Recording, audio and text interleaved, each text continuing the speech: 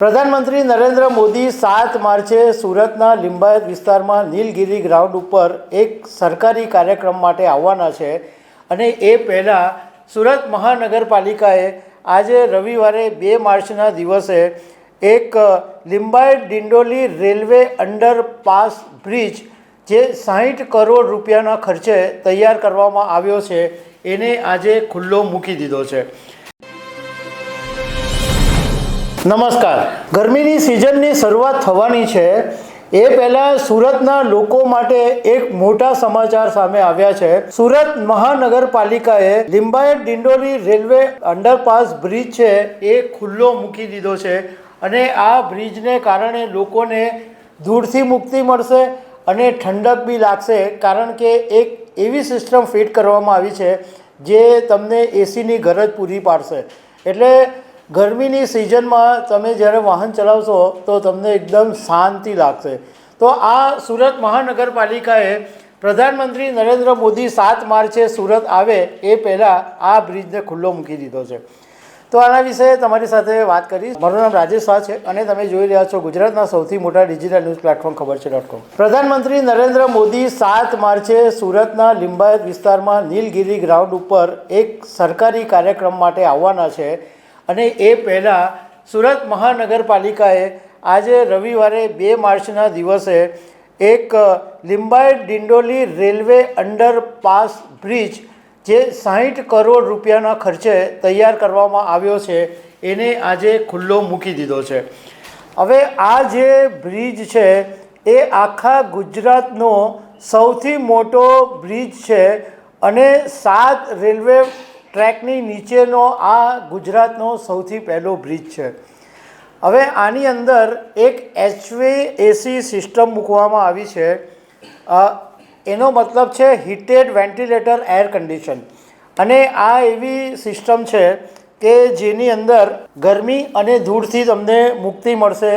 આ સિસ્ટમની અંદર જે ગરમ હવા છે એ બહાર કાઢીને ઠંડી હવા, જે તાજી ઠંડી હવા હોય એ બ્રિજની અંદર આવશે, એટલે એકદમ તમને રાહત મળશે। હવે આ જે Limbayat Dindoli railway underpass bridge જે ખુલ્લો મુકાયો એના જે વિડીયો છે એ પહેલાં તમે જોઈ લો।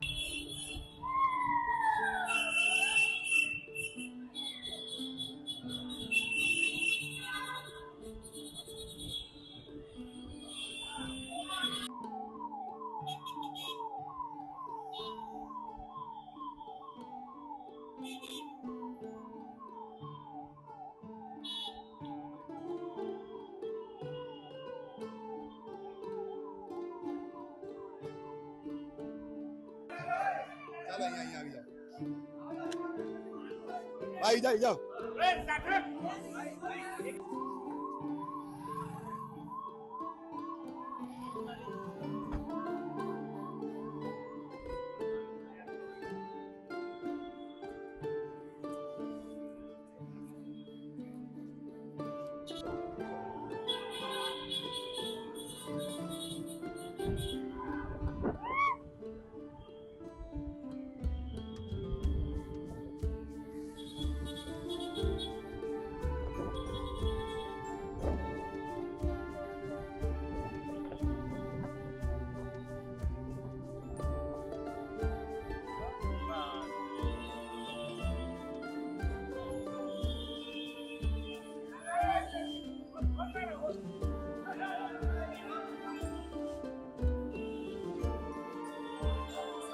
હવે આ Surat Limbayat Dindoli railway underpass bridge છે એ 2020માં ઓક્ટોબર મહિનામાં આ બ્રિજ શરૂ થયો અને 5 મહિના કરતાં બી ઓછા સમયની અંદર આ બ્રિજને તૈયાર કરી દેવામાં આવ્યો અને 135 મીટરનો જે એપ્રોચ છે એ ડિંડોલી તરફ છે અને 187 મીટરનો એપ્રોચ છે એ લિંબાયત તરફ છે। આને કારણે લિંબાયતના લોકોને અથવા આ રૂટ ઉપરથી જે લોકો પસાર થશે એને સીધી ભેસ્તાન સુધીની કનેક્ટિવિટી મળશે। હવે આમાં સૌથી મોટો ફાયદો એ થશે કે આ વિસ્તાર એવો હતો કે એક તો ટ્રાફિક જામ બહુ રહે, કારણ કે ત્યાં આગળ ઉધના રેલવે સ્ટેશનની નજીકનો વિસ્તાર અને બીજું કે ત્યાં આગળ સુરત ભૂસાવલ રેલવે લાઇન છે, એને કારણે વાહન ચાલકોએ બહુ લાંબુ ચક્કર કાપવું પડતું હતું, લગભગ 2 થી 3 કિલોમીટર લાંબુ ચક્કર કાપવું પડતું હતું. અને હવે આ બ્રિજ, અંડરપાસ બ્રિજ જ્યારે બની ગયો છે ત્યારે લોકોને આ એક મોટી રાહત રહેશે, કારણ કે એક તો સમય બચશે અને બીજું કે એકદમ આ વેધરપ્રૂફ સિસ્ટમ સાથે સજ્જ છે એટલે લોકોને બહુ જ એકદમ રાહત મળશે. હવે આ અંડરપાસ બ્રિજ છે એટલે સ્વાભાવિક રીતના છે કે સેફટીની વ્યવસ્થા પણ રાખવામાં આવી છે કે ધારો કે કોઈ સંજોગોની અંદર આગ લાગી જાય તો એવા સંજોગોની અંદર આગને તરત કંટ્રોલમાં લેવા માટે પણ એક સિસ્ટમ ગોઠવવામાં આવી છે. 10 લાખના ખર્ચે આ ફાયર સેફટી સિસ્ટમ ગોઠવવામાં આવી છે, જેમાં 4 ઇંચની પાણીની પાઇપ છે અને 15-20 મીટરના અંતરે નોઝલ લગાવવામાં આવ્યા છે.